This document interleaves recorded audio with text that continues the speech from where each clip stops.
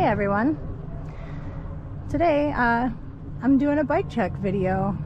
We're going on our second trip to the Highlands, and so I figured I'd go over a few things on my bike, check over everything, but most importantly I wanted to talk about the changes that I made to my bike. What kind of bike do I ride? One may ask. Is it a nuke proof? Is it a Vitus?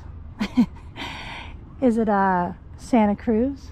No, it's actually a Live and Bold and mullet. I'd like to introduce you to Frankenbike. Frankenbike here has a lot of upgrades.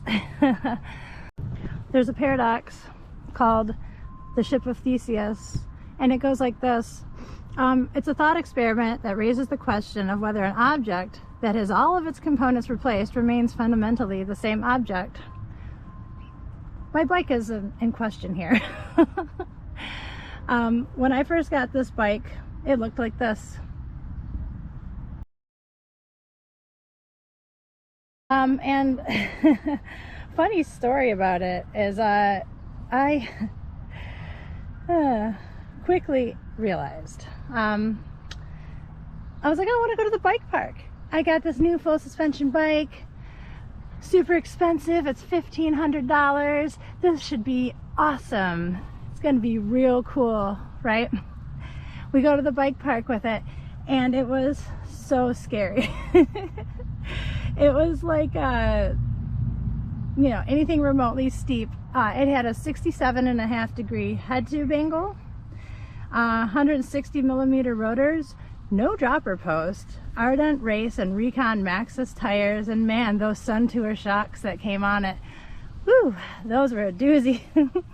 Needless to say, I survived my first bike park trip, but I knew I needed to make some upgrades.